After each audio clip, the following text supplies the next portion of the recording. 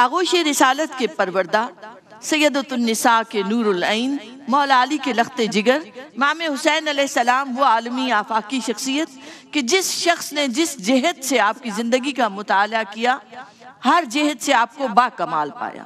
مختلف شخصیات نے آپ کو خراج تحسین کس انداز سے پیش کیا۔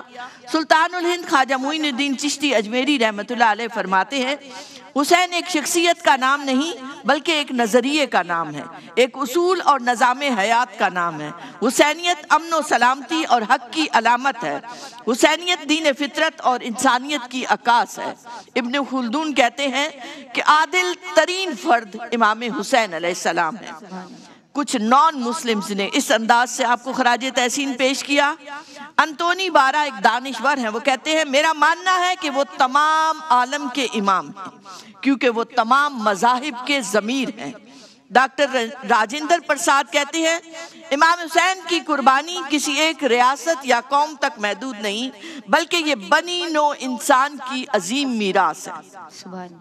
اسی طرح ایڈورڈ کہتے ہیں کہ اگر وہ شجاعت، ایثار اور قربانی نہ دیتے تو دین محمدی کا نقشہ بدل جاتا صلی اللہ علیہ وسلم۔ انسانیت کا نشان تک نہ رہتا، ہر جگہ وحشت، بربریت اور درندگی نظر آتی۔ یہ میں نے چند ایک آپ کے سامنے رکھے۔ ہم امام عالی مقام کی شخصیت کو دیکھیں تو لاجواب صفات آپ میں نظر آتی ہیں۔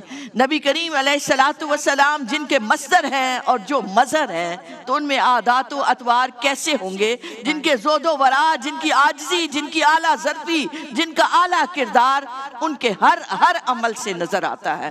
اور آپ اسے اگر غور سے دیکھیں، اہل بصیرت کہتے ہیں کہ میدان کربلا میں وہ نقطہ کمال پر نظر آتا ہے۔ آپ نے صبر و برداشت، تحمل اور بردباری جو پائی جاتی تھی وہ صحنہ کربلا میں کمال پر نظر آتی ہے۔ 71 افراد کی لاشیں اٹھا کر لے جانا اور آنکھ سے آنسو تک نہ بہانا، یہ امام حسین علیہ السلام کا ہی خاصہ ہے۔ اور آپ غور کریں تو ان 71 لوگوں میں کون شامل ہیں؟ ان میں عباس علمدار بھی ہے، اون و محمد بھی ہیں، علی اصغر اور علی اکبر بھی ہیں۔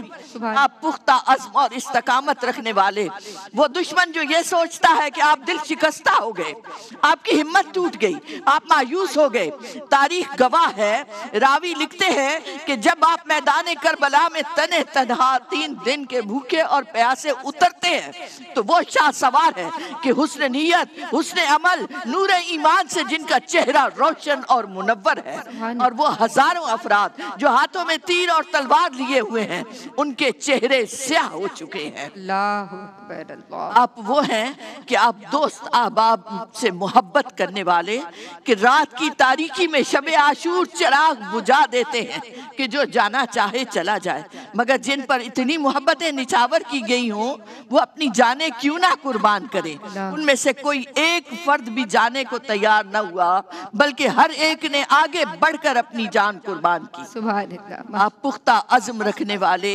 آپ عبادات میں وہ رنگ رکھنے والے، قرآن سے اس قدر محبت کرنے والے کہ سر کٹ بھی گیا ہے تو تلاوت کلام الہی جاری و ساری ہے۔ سبحان آپ عبادت کے دعاؤں کے اس قدر شغف رکھنے والے کہ جب میدان کربلا میں اتر رہے ہیں تو آخری الفاظ سیدہ زینب سے کیا کہہ رہے ہیں کہ بہن دعاؤں میں، شب کی دعاؤں میں مجھے نہ بھولنا۔